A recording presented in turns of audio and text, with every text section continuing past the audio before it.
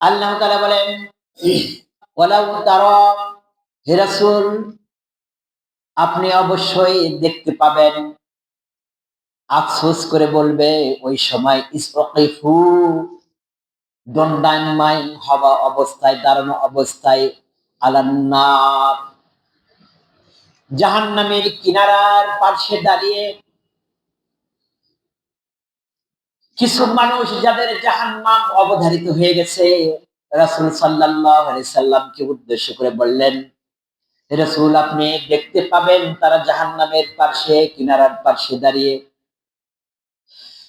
ফাকালু, অতঃপর বলবে, ইয়া লাইতানা, হায় আফসোস, আমাদের পুরা কপাল, আমরা হতভাগা, আমরা নাদান, আমরা মূর্খ, নুরাদ্দু, আমাদেরকে পাঠিয়ে দাও, প্রত্যাবর্তন করার একটু সুযোগ দিয়ে দাও।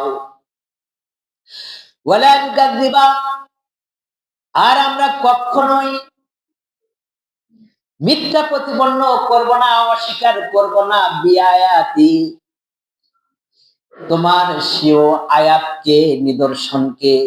রব্বানা, হে আমাদের প্রতিপালক, ওয়া নাকু মিনাল মুমিনিন, যদি আমাদেরকে পাঠিয়ে দাও আবার এই পৃথিবীতে, তাহলে আমরা হয়ে যাব মুমিনদের মধ্যে অন্তর্ভুক্ত।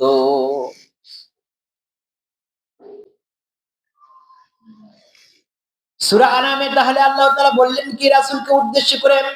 হে রাসূল আপনি দেখতে পাবেন যারা জাহান্নামের কিনারার পাশে দাঁড়াইছে, এমত অবস্থায় তারা আফসোস করে বলবে যে, হে আল্লাহ আমাদেরকে, হে পরওয়ারদিগার আমাদেরকে দুনিয়াতে পাঠিয়ে দাও, আমরা তোমার সেই আয়াতকে অস্বীকার করেছি, প্রভু হে, যদি পাঠিয়ে দাও তাহলে আমরা হয়ে যাব মুমিনদের অন্তর্ভুক্ত।